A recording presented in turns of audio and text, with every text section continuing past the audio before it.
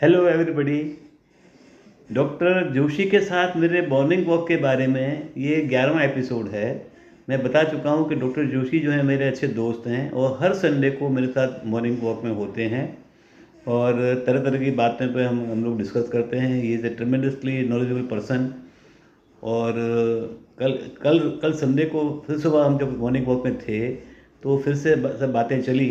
तो सबसे जो हॉट टॉपिक था वो था इंडिया का हंगर इंडेक्स में 121 में से 107 नंबर पे आना।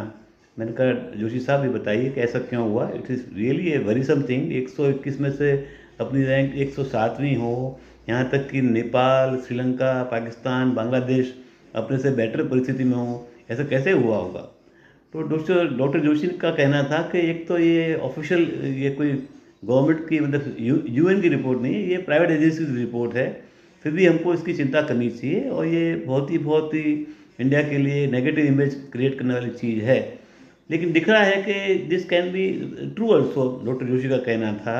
और साथ साथ में जो असमानता जिसको बोलेंगे हिंदी में, उसकी फाइट करने के बारे में भी एक इंडेक्स आते रहते हैं। उसमें भी इंडिया जो है 171 में से 101 से 161 में से 123वें स्थान पे पाया गया है।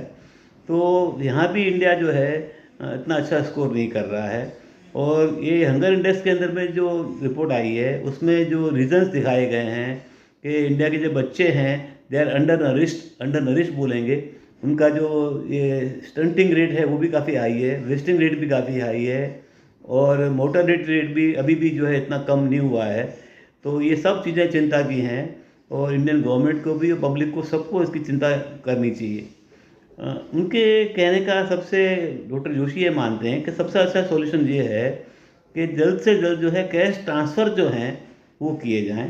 पब्लिक के हाथ में जब पैसा होगा तो काफ़ी फ़र्क आएगा। अभी ये हो रहा है कि जो ये जो सस्ता अनाज वगैरह मिलता है फ्री भी दे देते हैं, तो बहुत सारा अनाज वेस्ट हो रहा है। बहुत सारा अनाज जो है वो गलत हाथों में जा रहा है, बहुत सारे रिसोर्सेज गलत हाथों में जा रहे हैं। तो जल्दी से जल्दी हर एक के हाथों में, एक आदमी भीख भी मांगता हो, इंडियन हो, तो उसके खाते में रुपए जमा हों।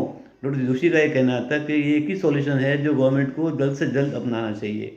अब ये सोचिए कि ये इतनी बड़ी बस्ती इंडिया की है और उसमें बहुत से बच्चे जो हैं निकम्मे हों, किसी काम के ना हों। तो ये एक बहुत वरीसन चीज़ है। डॉक्टर जोशी रिपीटडली कह रहे थे कि जल्द से जल्द इंडियन गवर्नमेंट को खाली रिजेक्ट करने से फ़ायदा नहीं है, कैश ट्रांसफ़र के बारे में जनरली सब कंट्रीज़ के अंदर में ये सिस्टम फूड डिस्ट्रीब्यूशन की है ही नहीं जो अपने यहाँ है। सब कंट्रीज़ के अंदर में जो है हर एक को एक सब्सिडी के तौर पे हर एक के खाते में पैसे जमा कराए जाते हैं। And that is the only way, doctor Joshi का कहना था कि ये करना चाहिए।